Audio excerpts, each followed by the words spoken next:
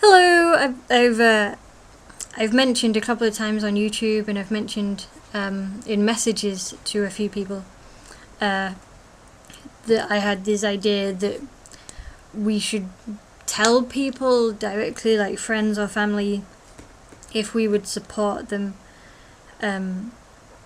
if they were in a dangerous situation or if they needed help, that we would support them, especially in this context regarding like a sexual consent context, but in a wider theme, people should be discussing such things in general. Really, if you would support someone in need, I think you should tell them so that they know that. Otherwise, when they are in need, they might feel embarrassed about it. They might not know who to talk to. When it's starting to build towards being a problem, maybe they could talk about it then, but they don't know who to talk to. Maybe they need help and they don't know who to talk to. And so, yeah, I think it's a good idea if people tell people, if they're willing to support them, that they would be willing to support them, because then people will know, and these communication lines are built up so that these issues aren't like an embarrassing taboo thing that they can't mention to anyone.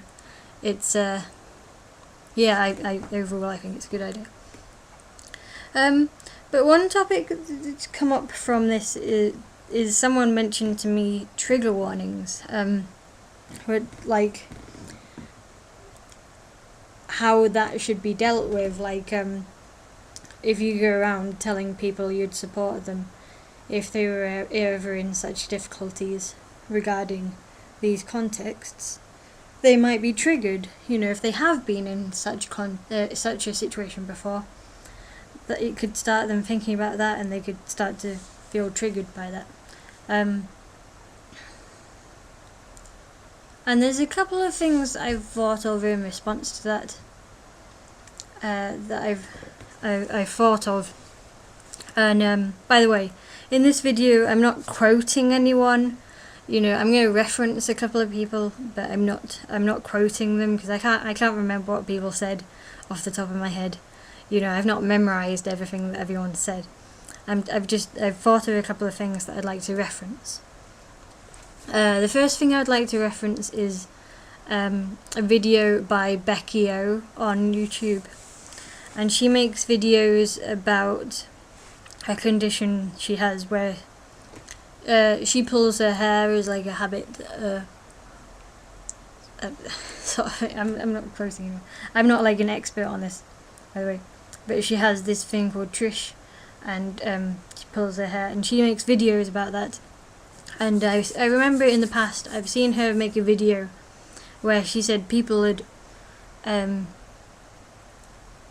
told her that they've been triggered by her videos, and she made a video saying basically that she feels it's an issue that needs to be talked about.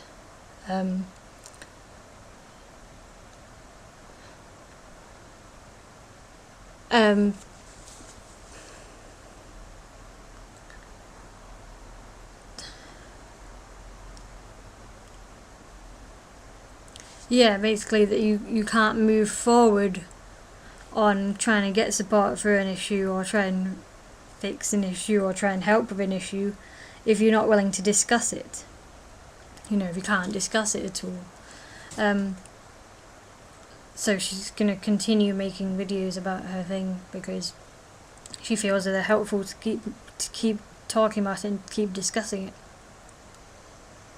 And I think if you're not willing to, if you can't discuss an issue ever because some people might be triggered, then how do you help with that issue for future people? How do you help an issue if you can't discuss any issues? Yeah. The second thing I'd like to reference is I was at the TEDx talks in Salford on Sunday, and there was a person there. His name was like Mr. Toilet or something. Well, that's what he called himself. And he was saying he wanted everyone in the world to be able to have access to sanitation and toilets and stuff. But he found lots of people didn't discuss this issue because it's seen as, overall disgusting and gross and taboo. No one wants to talk about what they do on the toilet and so forth. And he was saying you can't really help with an issue if you can't discuss it. You can't build on an issue that you're ignoring. And yeah, so those are two things I'd like to reference, is that you can't help with an issue if you're never going to mention it and you're going to ignore it, and it's going to be continuing to be taboo and just pushed aside and just hope it goes away for future people. That's not how issues work. You've got to be more active than that. I guess the next thing I would say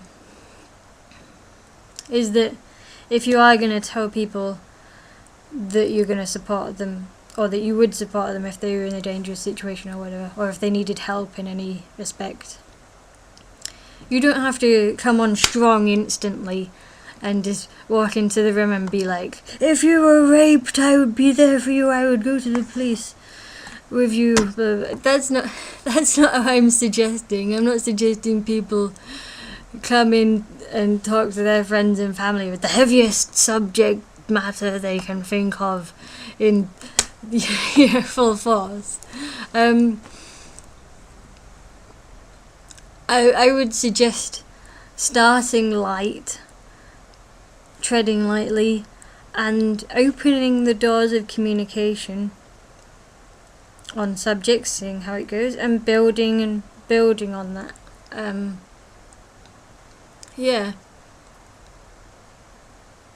I think if you went in strong straight away to someone you hadn't spoke to about those topics before, they'd just feel awkward, regardless of whether or not they were triggered.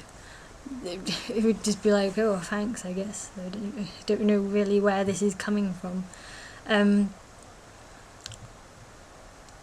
So I think you start light. You start by telling people you appreciate being with them, telling people if they need you to be with them, you will listen. You start there, and you build. You reinforce a message that you would be there for them, and then you bring up topics. It's like sometimes people say if you want to bring up a topic with someone, you can say, oh, I read this article that says, and what do you think about that, and so forth. You can do that sort of thing. Maybe you can say, oh, I read this in the newspaper, or oh, I saw this on YouTube or something. And I just want you to know, if this happened to you, I would be there for you, or, I would just like to talk to you about this and stuff. And you can talk to people about those topics, starting light ways like that. You don't have to come in full force. You can say, oh, I just saw this YouTube video about telling your friends you'd support them, and I thought I would tell you I support you. And you could just open the doors of communication slowly like that, and that's fine.